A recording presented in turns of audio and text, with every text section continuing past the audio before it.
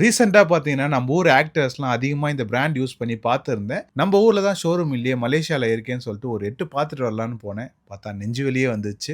சரி வாங்க அப்படி என்னதான் இருக்குன்னு பார்ப்போம். ஃபர்ஸ்ட் இந்த ஷூ எடுத்திருந்தேன். ஷூ எனக்கு காலுக்கு போடுற மாரி இல்ல, என் மண்டைக்கு போடுற மாரி இருந்தது. அதோட பிரைஸ் எவ்வளோன்னு பார்த்தீங்கன்னா, ரூ. 1,50,000 நெக்ஸ்ட் பார்த்தீங்கன்னா, பூமா ஸ்பீட் கேட் இதோட ரேட் அப்ராக்ஸிமேட் ரூ. 10,000க்குள்ள வரும். பேலன்சியாகாவோட கொலாபரேட் பண்ணதுனால அதோட பிரைஸ் எவ்வளோன்னு பார்த்தீங்கன்னா, ரூ. 53,000. அப்படி என்ன பெரிய கொலாபரேஷன் பார்த்தீங்கன்னா, அதோட சிம்பிள சைடுல கிழிச்சு விட்டுருக்காங்க அவ்வளோதான். அண்ட் ஷூல கடைசியா பார்த்தீங்கன்னா, உமனோட ஹீல் ஸ்னீக்கர் இது பர்சனலா எனக்கு ரொம்ப பிடிச்சிருந்தது. அண்ட் இதோட பிரைஸ் எவ்வளோன்னு பார்த்தீங்கன்னா, ரூ. 1,10,000.